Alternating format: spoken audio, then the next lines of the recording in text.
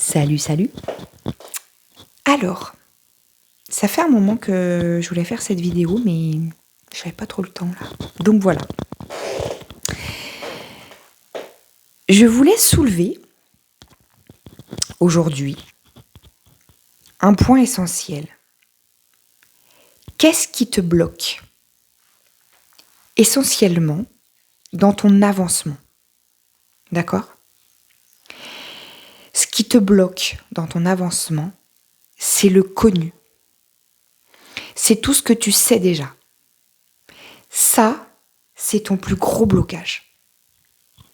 Je m'explique. Parce qu'en fait, ce que tu connais, c'est ce qui te sécurise. D'accord? Ton mental, lui, agit que avec la mémoire. Ce qu'il y a dans la tête, ce qu'il connaît déjà. D'accord? Donc, dans la plupart des situations, si tu n'avais pas ce souvenir dégueulasse dans la tête qui a imprimé ton schéma neuronal, tu n'aurais pas peur de prendre cette décision de faire différemment. Pourquoi? Parce que tu as ce souvenir dégueulasse de la dernière fois que tu as fait différemment, des peurs que tu as ressenties, peut-être du mauvais souvenir que ça a engendré parce que peut-être que ça n'a pas donné ce que tu voulais. Donc, il y a ce truc de « Ok, en fait, ça, je connais. Je m'y sens pas bien. Donc j'ai cette envie d'autre chose. » D'accord? Ça, c'est ton âme au fond qui te dit « D'accord ?» Parce que là, en fait, ce que tu connais, tu n'y es pas bien. Donc, t'as pas envie de continuer ça. D'accord? Il y a ce souvenir dégueulasse qui est là, ce que tu connais qui est là, dans lequel tu n'es pas, t'as pas envie d'y rester. D'accord?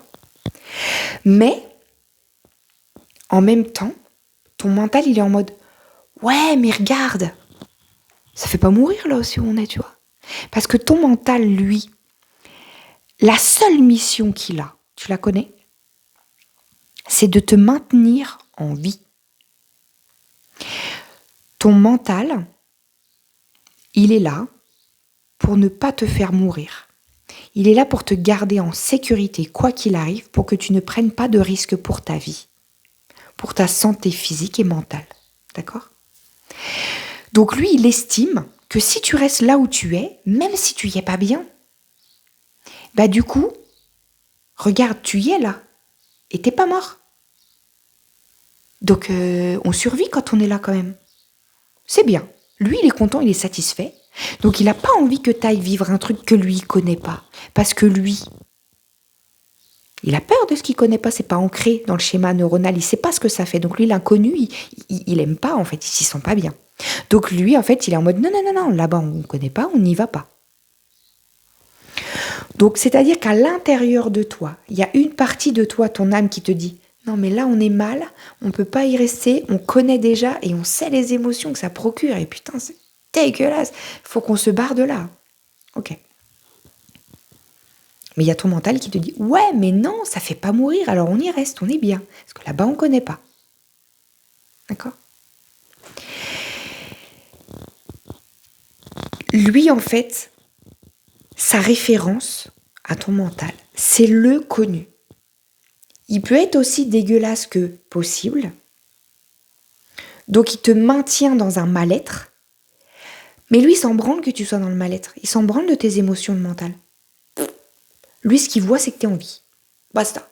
Terminé. Chouette, on n'est pas mort. Hop, lui, hop, c'est validé.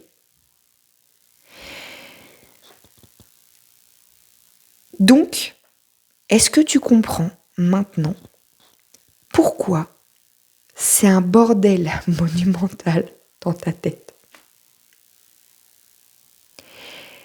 Entre ton âme qui te dit « Plus jamais ça, je veux me barrer » et ton mental qui dit « Ouais, mais on n'est pas mort et on est bien, alors tu vas te faire voir, on ne bouge pas d'ici. » Et là, c'est la guerre entre les deux, constamment, tout le temps, tout le temps, tout le temps. Alors oui, ce qui te bloque, c'est ton connu, parce que ton connu t'emmerde profondément, mais ton connu rassure ton mental. Donc tu restes consciemment ou inconsciemment dans quelque chose qui t'emmerde profondément pour ne pas mourir. Tu prônes à la liberté et à vivre les trucs que tu as envie de vivre, alors qu'en fait, tu écoutes beaucoup trop ton mental qui, lui, vise que la sécurité et la survie. La sécurité et la survie, c'est pas la liberté. C'est ça le truc, c'est qu'on prône tous à la liberté et on prône tous à la sécurité et à la survie.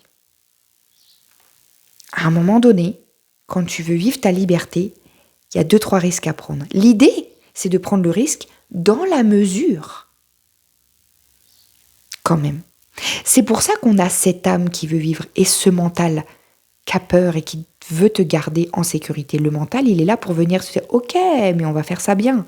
Oui, le problème, c'est qu'au fur et à mesure des années, le mental, on n'écoute que lui. En mode « Non, mais là, on est bien, on est en sécurité, il n'y a pas de risque. » Et on nous a fait croire, dans notre éducation, que tu étais stable dans ta vie, que tu étais bien posé dans ta vie, quand il n'y a plus rien qui changeait.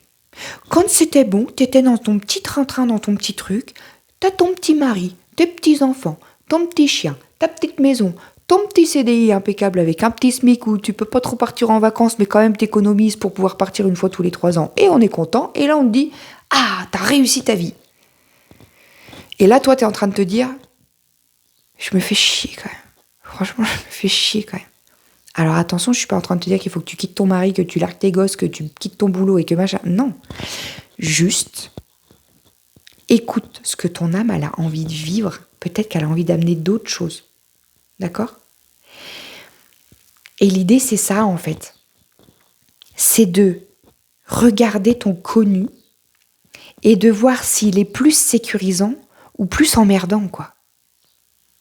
Si vraiment, toi, la liberté, tu t'en branles et que tu as envie juste d'être dans la sécurité, qu'on vienne pas te faire chier, que tu aies ton petit train, ton petit truc, tes petits machins, que tu t'y sentes bien, alors, moi, je suis heureuse pour toi, c'est parfait. Si c'est ce que tu cherches et si c'est ton objectif d'être posé, d'être au calme, d'être sécurisé et de ne pas prendre de risques, alors c'est OK. Maintenant, si tu viens me dire, moi, je veux vivre, je veux vibrer, je veux... Alors, tu peux pas me dire que tu veux être totalement sécurisé aussi. Je suis désolée de te le dire. C'est pas possible. Parce que là, il faut que tu ailles déranger ton connu. Si tu veux être libre et vivre ce qui te fait vibrer à l'instant, il faut que tu ailles déranger ton connu. Tu n'as pas le choix. L'idée globale, c'est d'arriver à te dire « Ok, je vais déranger mon connu » tout en sachant mettre chacun à sa place. J'écoute plus mon âme, j'arrête de la mettre là en mode « ouais, toi, ta gueule, parce que tu fais flipper ». Je refais remonter un petit peu mon âme et ce qu'elle veut. Et en même temps, je fais redescendre un petit peu la place de mon mental en mode « on a besoin de toi, on ne t'éteint pas, parce que toi, tu nous gardes en sécurité et c'est parfait. Par contre, j'aimerais que t'écoutes un petit peu plus ce que l'âme, elle veut, quoi. Parce que moi, c'est ça que je veux, ma décision, elle est prise là avec mon âme. Je veux vivre ça. Maintenant, ton rôle à toi, mon petit mental, c'est de m'expliquer comment on met ça en place en sécurité. » L'idée, c'est pas que tu me dises non, on met pas parce que sinon on n'est pas en sécurité. Non, t'as pas le choix. Le mental, il va s'adapter à mettre en place la décision qu'on a prise avec notre âme pour le faire en sécurité. Mais la décision, elle est prise. Je vais changer ça. Je vais changer parce que je veux faire vibrer mon âme et je veux vivre ce que je veux vivre. Je veux vivre cette liberté. Mais, bah oui, j'ai besoin aussi d'être un peu en sécurité et de pas me mettre en danger de mort ou de chute totale. Enfin, on est d'accord là-dessus, c'est tout à fait normal. Je t'ai pas dit que tu devais prendre des risques démesurés. Je t'ai dit que tu devais défier ton connu. C'est-à-dire que tu devais dire à ton mental, non, tu ne refuses pas ce que je t'amène comme idée. Tu t'adaptes à mon idée et tu me mets en sécurité. Donc tu as le droit de me dire, attention, là, pas tout de suite, là, pas comme ça. Mais tu ne me dis pas qu'on le fait pas. Ça, par contre, c'est clair. C'est cette cohérence-là qu'il faut arriver à remettre à l'intérieur de soi. Et donc, c'est exactement ce qu'on travaille dans Métamorphose ton miroir. arriver à se réaligner à son véritable soi à l'intérieur, remettre tout le monde à sa place autour de la table. On fait des réunions régulières entre l'âme, le mental et le corps en mode « Ok, est-ce que tout le monde est satisfait? S'il y a quelqu'un qui n'est pas satisfait, s'il y a que quelque chose n'a pas été écouté. Donc, on retravaille. » C'est tout ce qu'on fait dans Métamorphose ton miroir sur 21 semaines. Je te mets le lien par là, au-dessus, dans la description, selon où tu es, sur quel réseau, voilà, je te mets tout ce qu'il faut. Si tu as besoin, tu viens me contacter en privé.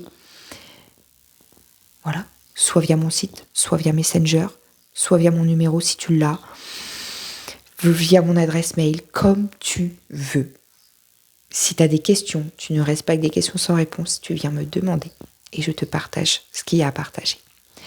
Voilà, la bonne journée et à bientôt. Salut, salut.